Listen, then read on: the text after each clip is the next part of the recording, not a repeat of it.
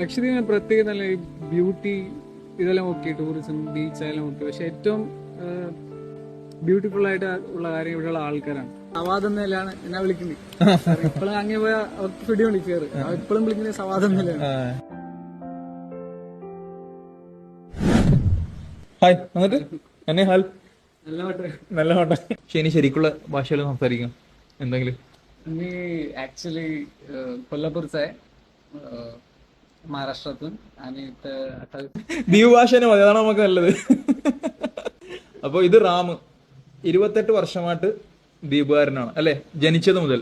നാളെ ഇവിടുത്തെ ലക്ഷദ്വീപിലെ ലൈഫ് തീരാണ്. 28 വർഷമായി കേന്ദ്ര സർക്കാർ ജീവനക്കാരനായിട്ട് ഉന്നത തസ്തികയിൽ ജോലി ചെയ്തിരുന്ന റാമിന്റെ അച്ഛൻ മഹാരാഷ്ട്ര സ്വദേശിയായിട്ടുള്ള അരുൺ ജാദവ് ഈ കഴിഞ്ഞ ജൂലൈയിൽ റിട്ടയർ ആയി. ഇനി റാമിന് തിരിച്ചു വരണമെങ്കിൽ, ദ്വീപ് കാണണമെങ്കിൽ ബാക്കിയുള്ളവരെ പോലെ എൻട്രി പെർമിറ്റ് വേണം. റാം ഇവിടുന്ന് പോകുന്നതിന്റെ തലേ ദിവസം റാമിന് ഏറ്റവും പ്രിയപ്പെട്ട ദ്വീപിലിടങ്ങളിൽ കൊണ്ടുപോയി നല്ല കുറച്ച് ഓർമ്മകൾ സമ്മാനിക്കാൻ ശ്രമിച്ചു.